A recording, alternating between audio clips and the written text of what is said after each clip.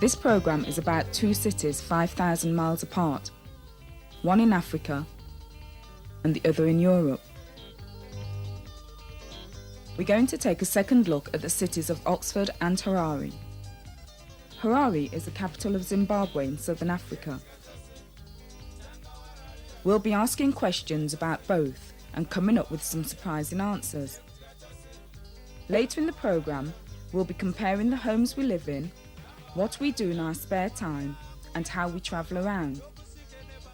But first of all, we're going to take a look at the ideas and images we already have about these places.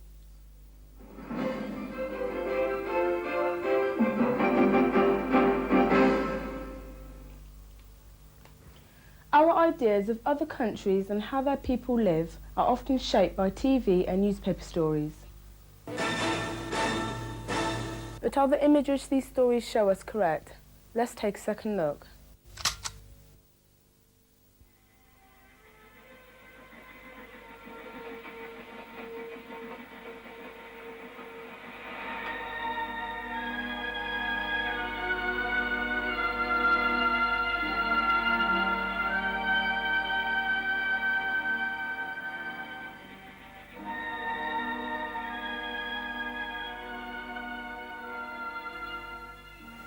To get an idea of what images people had of Africa, we asked a class in Oxford Primary School to draw what Africa meant to them. It is hot in Africa, and the camels having a drink from the water hole. Africa's on the other side of the world.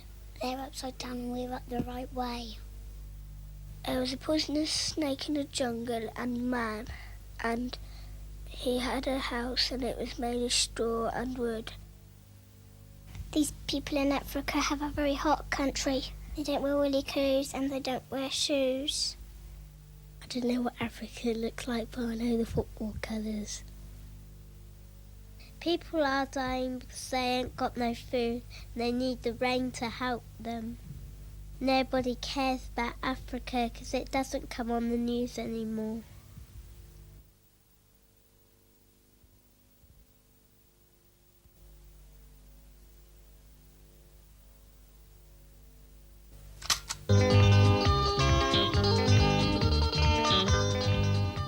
To take a second look at Africa, we asked the Bundu boys who are doing an anti-apartheid gig in Oxford.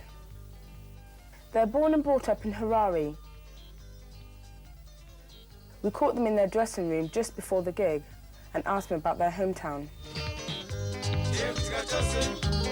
Harare is quite a clean, nice city, I would say. It's just the same as you are in Oxford or you're in London. We've got telephones, traffic lights, hotels, good nightclubs. Well, as a capital city, you expect to see everyone wearing fashion, people walking around window shopping at night or in the afternoon. There are lots of different people, white, black, Asians, Japanese, everyone. Everyone is there in Harare. So it's a place where everyone comes and is welcome. Harare is the capital city of Zimbabwe. Its name means don't stop, and it certainly doesn't. Harare has a university and parliament and is the major business center of Zimbabwe. Among the city's many tourist attractions are the National Museum of Art and the market in the township of Umbari. This dining room is the oldest Chinese restaurant in Africa. In the modern city center, there are office blocks and shopping malls. Harare is famous for its music. Many of its musicians are big names in world music, giving gigs in Britain and the rest of the world. Zimbabwean bands play in the many nightclubs in Harare. You have somewhere to go every weekend to. If you want to see a band, you just look out for posters. Otherwise, there's lots of entertainment around there.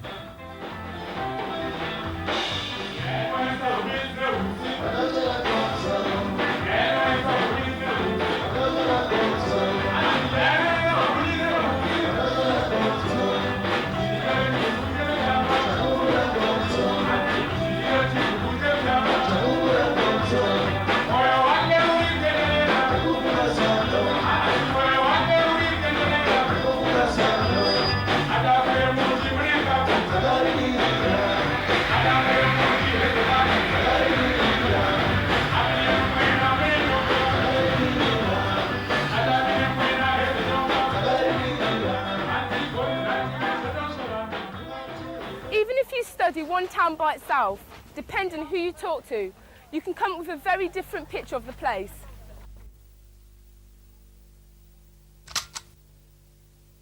Imagine that someone from abroad came to your hometown. What if they looked at it the same way that we usually look at Africa? What would they say about it?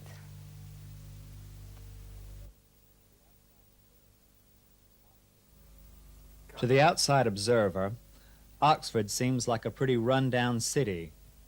Houses are boarded up and empty, while people have to live on the streets.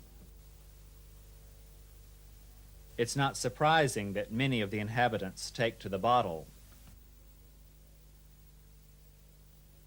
As the billboards show, drinking liquor is the major pastime in Oxford.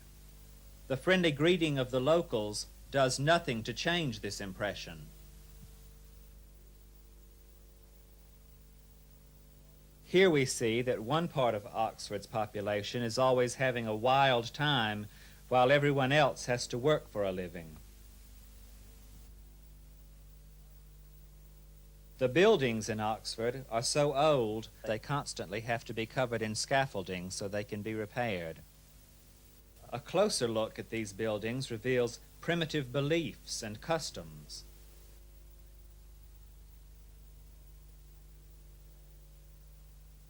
These are still practiced today, as this man's traditional tribal costume shows. With Oxford so stuck in the Dark Ages, it's not surprising people get so depressed. When things get really bad, local people sometimes riot.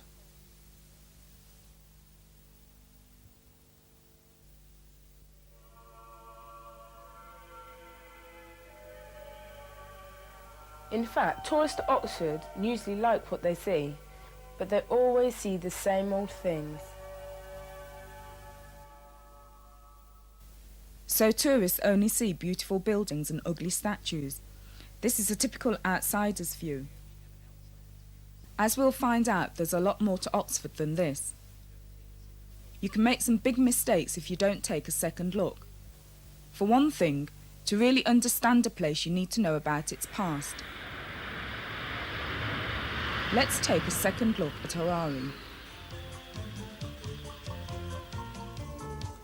The history of Zimbabwe is very lively. For a long time, white people ruled here, despite the fact that the vast majority of people are black. At the time the Bundu boys were born, Zimbabwe was called Rhodesia and was ruled by the British. When the British left, the black majority was still shut out of power and had to force change from the white rulers through armed struggle. Traditional African music backed up the fight for freedom. Eventually, the whites had to give in, and for the first time in 1980, elections were held in which everyone, black and white, could take part. Black-run government was voted in, and African culture came into the open. Zimbabwean independence had begun, and the capital city Salisbury was given the new African name of Harare.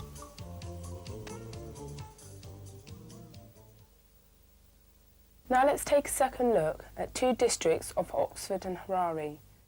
We're going to start with Blackbird Leys in Oxford.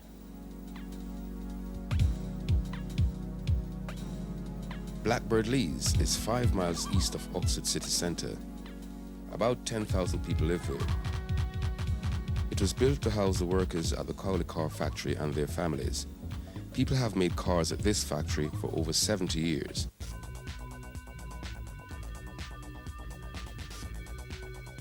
In 1988, the car plant was sold to a private company, British Aerospace.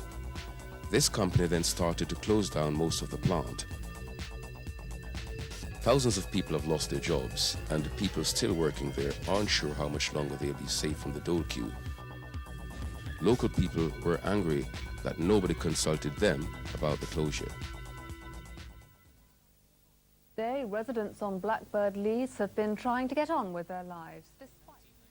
In 1991, Blackbird Leys became known across the world through news reports of riots on the estate.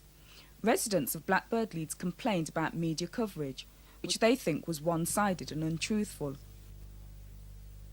Imagine if where you live was called the jungle by people from outside.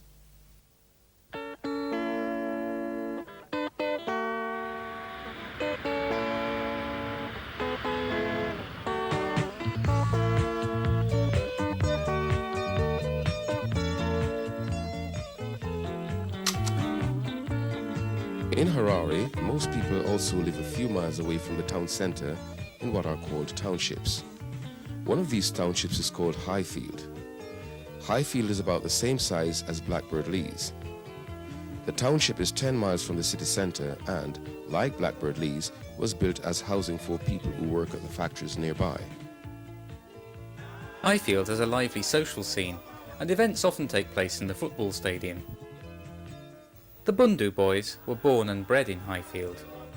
You find most of young musicians who grew up, all of them really live in Highfield because that's the biggest township of black community. Music is there in the township. Every day there are nightclubs where you can go and hear different bands playing.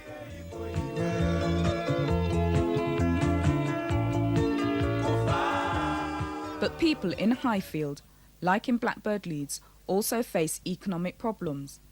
The Zimbabwean government has borrowed money to develop the country. Now the Western banks they borrow from are forcing them to pay back the debt. This means they can't afford to buy goods from abroad.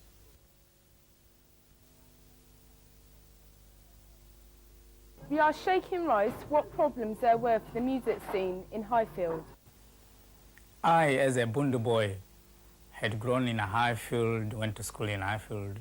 As a musician, I had to struggle to get a guitar. I had to struggle to get a string for my guitar. The upcoming musicians are still coming into the same struggle as we went through. Because equipment at this moment is something which you can't get hold of. Zimbabweans can't afford spare parts for machinery either, so it's difficult to make goods inside the country. As a result, it's hard for the people in Highfield to get a job. If you do get a job, your problems aren't over, because many factories pay less than people need to make ends meet. These women are fighting for better wages and conditions. So we know about the history and the economy. But what's it really like to live in Highfield or Blackbird Leys? What sort of house would you have? In Blackbird Leys, a lot of people live in houses like mine. We decided to take a second look at how Oxford homes are designed.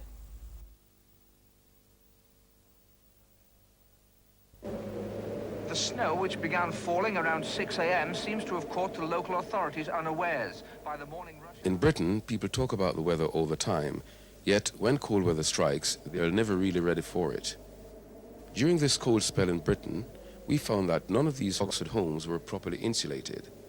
The snow on these roofs has melted because of the heat loss from the houses. When heat is wasted like this, houses become more expensive to keep warm. Old people are at great risk because they can't afford to heat their homes properly.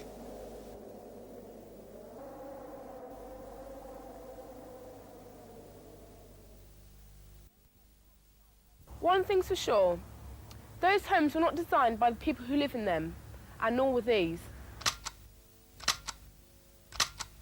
Maybe if the people who live here had a say, things would be different. But houses and flats are not the only places where people live.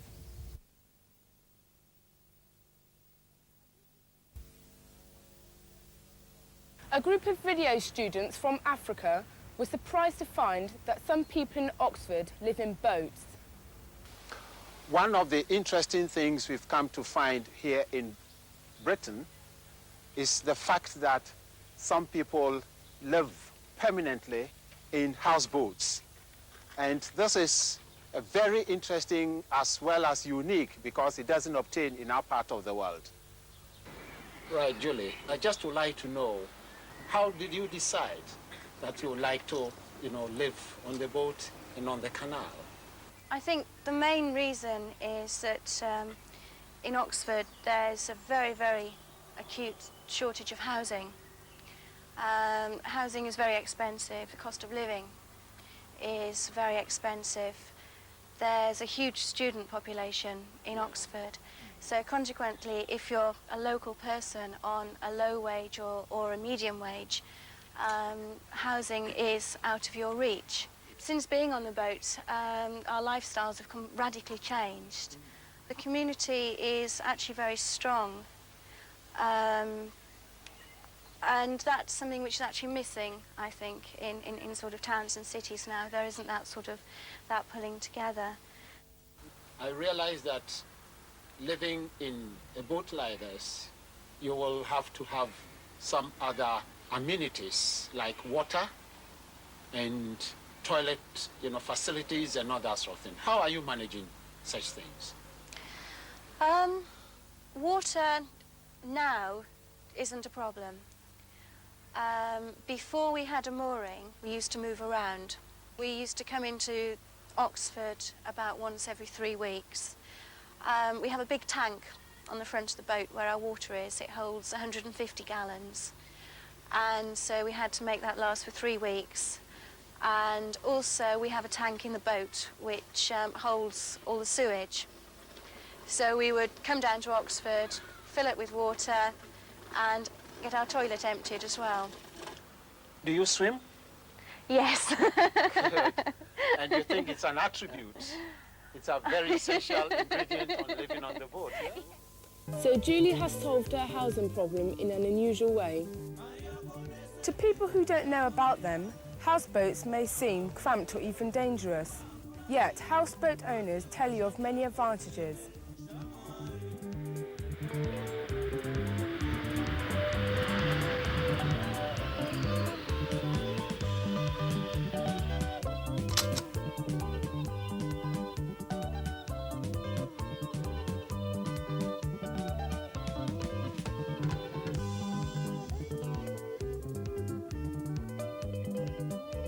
In Zimbabwe, the traditional type of housing is the mud hut. The mud hut has some advantages over more modern types of housing, as it is well designed for the weather conditions. A good hut has weatherproof walls and protects against the cold and the heat. However, many people in the townships prefer houses with corrugated iron roofs because they have a more modern look. Why is that? These houses are more expensive to build, and their iron roofs make it hot in the summer and cold in the winter. And incredibly noisy when it rains.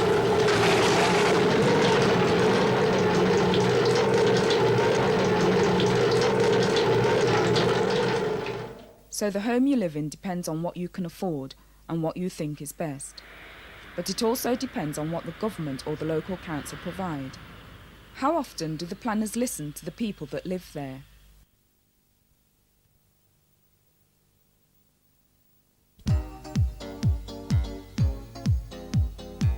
The leisure centre at Blackbird Leys was built by the local council. Activities under its roof include squash, badminton and martial arts. Let's take a look inside.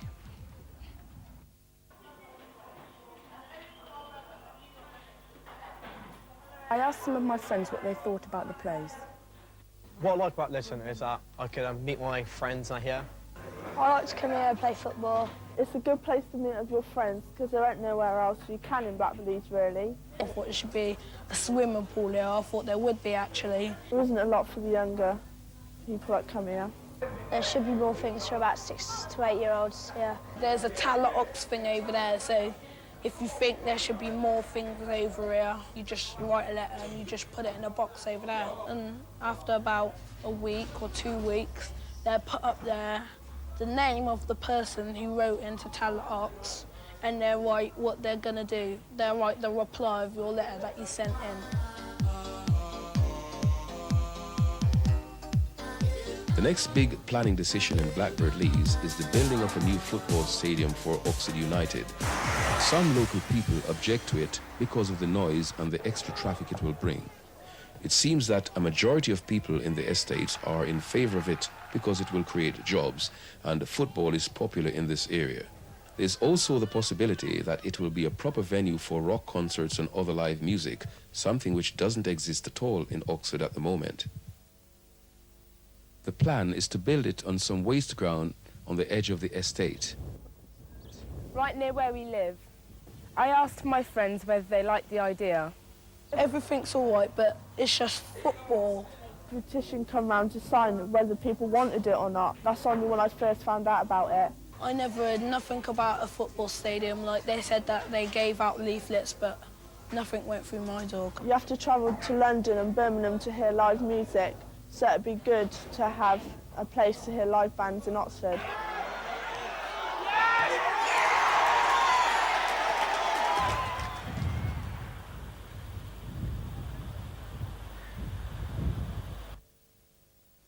But what do you do when planners don't give you what you need?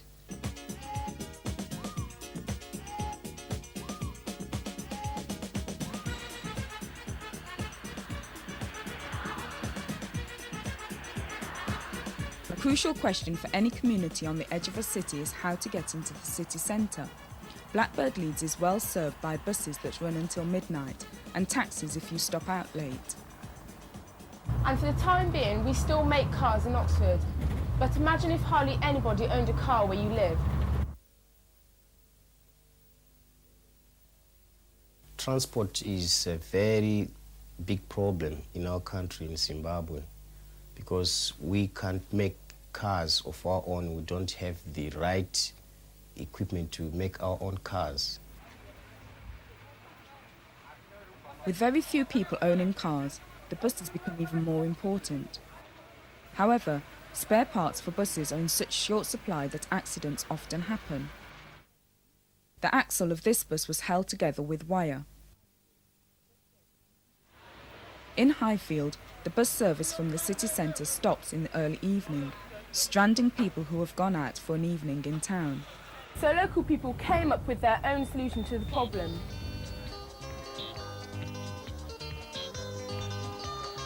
Some people with big cars set up a taxi service, picking up people along the bus routes. At first, the government banned them and called them pirate taxis, but later when they saw how useful they were, they took a second look. The government decided to call these cars emergency taxis, or ETs. They were supposed to be a short-term measure until the government could buy more minibuses, but now many people cannot imagine life without them. When it came to planning on the use of resources, people in Harare found that a local solution was best.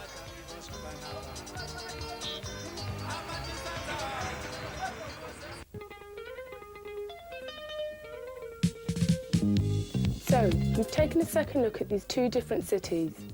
We found that to understand people in other countries, you've got to look at their history and culture. We also found that for things to be planned properly, you've got to look to the people who live there, wherever you are.